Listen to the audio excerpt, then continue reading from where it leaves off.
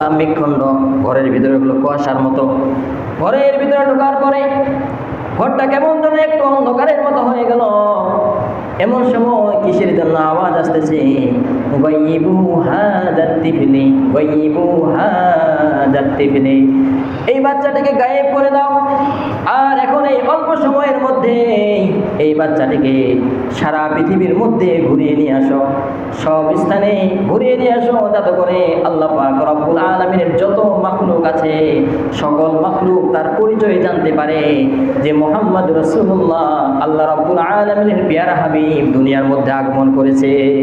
সুবহানাল্লাহ, আল্লাহ রাসূল সাল্লাল্লাহু আলাইহি সাল্লাম দুনিয়ার মধ্যে আসছে, এই সংবাদটা আল্লাহ রাব্বুল আলামিন সারা বিশ্বের মধ্যে, এমনকি আল্লাহ রাব্বুল আলামিনের যত সৃষ্টি আছে মাখলুক রয়েছে সকল মাখলুকের কাছে পৌঁছাই দিলেন এবং রাসূল পাক সাল্লাল্লাহু আলাইহি সাল্লামকে বিভিন্ন স্থানে ঘুরিয়ে নিয়ে আসলেন। সুবহানাল্লাহ, আপনার আমার নবী কেমন নবী!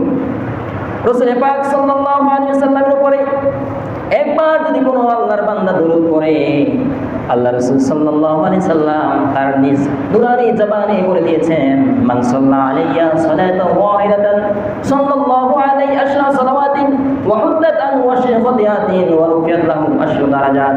আমি রাসূলুল্লাহর প্রতি যদি কোনো আল্লাহর বান্দা আমার উম্মত যদি একবার দরুদ পড়ে, আল্লাহ পাক রব্বুল আলামিন তার জীবন থেকে 10টি গুনাহ রাশি maaf করে দিবে এবং 10টি রহমত 10টি নেকি আল্লাহ তাকে দিবে। এমনকি শুধু তাই নয়, আল্লাহ রাব্বুল আলামিন তাকে 10টি বরকত 10টি মর্যাদা তক আল্লাহ তাকে বাড়াইয়া দিবে।